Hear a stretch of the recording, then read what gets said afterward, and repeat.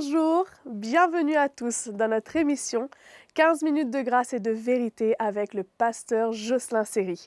Nous sommes heureux de vous accueillir avec nous aujourd'hui. Allons adorer Jésus ensemble. Je lève les yeux vers les montagnes. D'où me viendra le secours? Le secours me vient de Dieu, qui a fait la terre et les cieux. Je lève les yeux vers les montagnes. D'où me viendra le secours? Le secours me vient de Dieu, qui a fait la terre et les cieux. Maranatha, viens Seigneur, viens. Seigneur Jésus, nous tendons nos mains vers toi. Maranatha, viens Seigneur, viens. Et là où tu es, oh, prends-nous avec toi. Maranatha, viens Seigneur, viens. Seigneur Jésus, nous tendons nos mains vers toi. Maranatha, viens Seigneur, viens. Et là où tu es, oh, prends-nous avec toi. Et là où tu es, oh, prends-nous avec toi. Et là où tu es, oh, prends-nous avec toi. Alléluia. Je vous laisse maintenant avec le pasteur Jocelyn Seri. Bienvenue à vous tous les frères et sœurs dans cet épisode de 15 minutes de grâce et de vérité. Et on remercie comme tous les jours notre sœur Maëva pour ce chant qui a été interprété et des occasions de louer le Seigneur et que c'est merveilleux pour nous tous de pouvoir célébrer Jésus chaque jour de notre vie. J'aimerais continuer sur ce thème des pièges de l'ennemi, comment nous devons faire attention à nous faire piéger. Et aujourd'hui, j'aimerais clarifier quelque chose, c'est qu'il faut faire la différence entre être piégé et être possédé. Parce que quand on est chrétien, on peut se faire piéger, mais on n'est jamais possédé par un démon. Ça, c'est quelque chose qui doit être clair. Et j'aurais aimé lire avec vous dans 2 Timothée chapitre 2, verset 25 jusqu'au verset 26, où Paul dit quelque chose qui peut prêter à confusion si on est à fond dans la démonologie qui est dans l'extrême, à savoir qu'on est dans une croyance que le chrétien peut être possédé. C'est un verset qui peut soutenir cette thèse et nous devons mettre les choses claires. Donc le verset 25 du chapitre 2 de 2 Timothée, il doit, c'est-à-dire le serviteur de Dieu, doit redresser avec douceur les adversaires, dans l'espérance que Dieu leur donnera la repentance pour arriver à la connaissance de la vérité, et que, revenus à leur bon sens, ils se dégageront des pièges du diable qui s'est emparé d'eux pour les soumettre à sa volonté. Donc ici, quand la parole de Dieu parle, quand Paul avait dit Timothée concernant les serviteurs de Dieu, leur attitude envers ceux qui sont tombés dans les pièges du diable, il ne donne pas un enseignement que ces gens-là peuvent être possédés, mais ils peuvent être tombés dans des pièges, et c'est simplement la repentance qui va les retirer du piège dans lequel ils sont tombés. Ce n'est pas une séance de délivrance ou quoi, mais c'est juste que le serviteur de Dieu, il doit parler avec douceur, il doit amener la connaissance de la vérité, et lorsque celui qui est tombé dans le piège de l'ennemi se repent, il se dégage du piège du diable. Bien sûr, ici, l'expression que Paul emploie est très forte, puisqu'il parle du diable qui s'est emparé d'eux. Eh bien, c'est clair que lorsqu'on tombe dans un piège de l'ennemi, c'est comme si que le diable s'empare de nous. On est comme un captif, on est devenu comme un prisonnier, mais cela ne veut absolument pas dire que tout d'un coup, il y a un démon qui prend possession de nous. On n'a absolument pas besoin d'une session de délivrance pour se dégager d'un piège. Simplement, la repentance, réaliser qu'est-ce qui nous a fait tomber dans ce piège, et une fois que nous nous repentons, nous nous dégageons. C'est très simple, et les frères et les sœurs, l'évangile, c'est très simple. Hein, toute cette histoire de démonologie, ça complique les choses, ça nous amène dans des complications théologiques qui dépassent même le cadre théologique même, parce que ça va plus loin de ce que la Bible dit, et on rentre dans la confusion.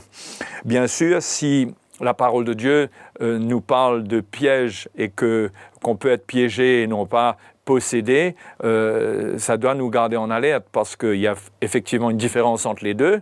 Mais quand même, quand on est piégé, on est rendu inopérationnel. Et c'est pas le but. On peut se retrouver, comme Paul l'a dit avant, à faire la volonté de l'ennemi, parce qu'on a été piégé pour accomplir son plan. Et dans 2 Corinthiens, chapitre 2, au verset 10, Paul dit « Or, à qui vous pardonnez ?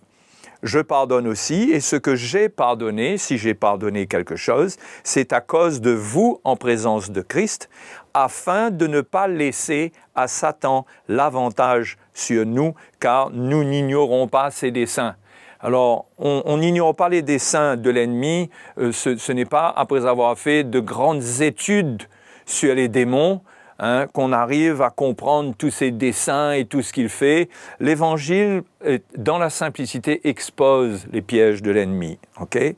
Et donc Paul dit que nous ne devons pas ignorer ses desseins. Ça ne veut pas dire que nous devons développer une attitude de méfiance obsessionnelle par rapport à l'ennemi, où on est conscient. Je me souviens d'un temps où à chaque problème portait le nom d'un démon, et c'était quelque chose qui était malheureux, parce qu'on célébrait même plus le Seigneur. C'était que des démons et des démons partout.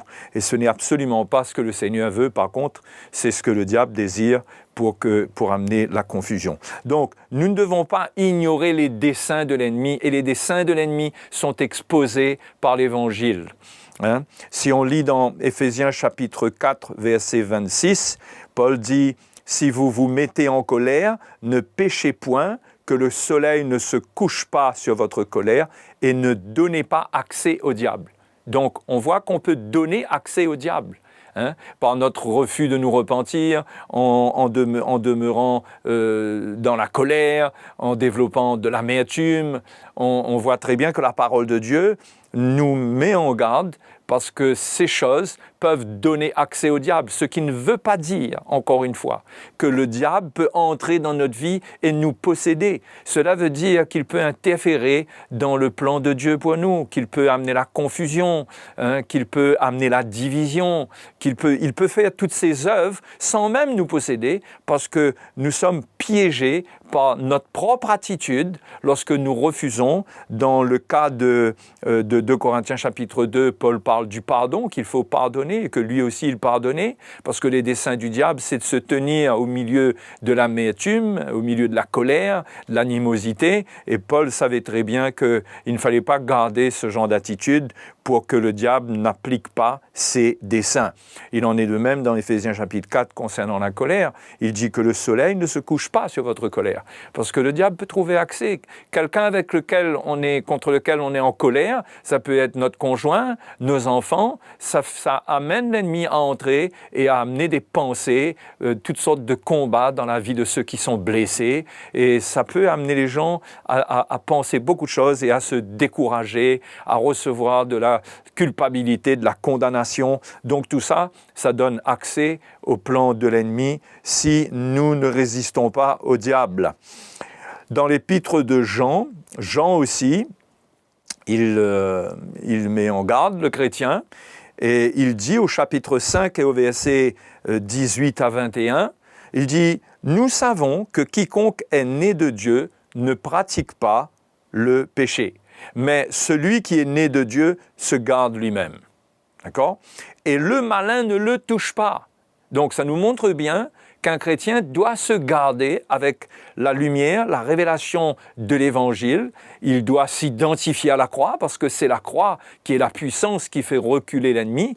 Et la croix, ce n'est pas un petit objet de bois qu'on tient devant quelqu'un qui est possédé pour exorciser. C'est un appel à s'identifier à la mort de Jésus, à l'état dans lequel il est mort, ses attitudes, ses sentiments, sa position, le cœur pur qu'il a eu.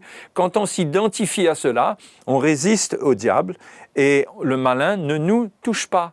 Hein, c'est ce que l'apôtre Jean veut dire. Il dit, nous savons que nous sommes de Dieu et que le monde entier est sous la puissance du malin. Alors, le monde entier est sous la puissance du malin.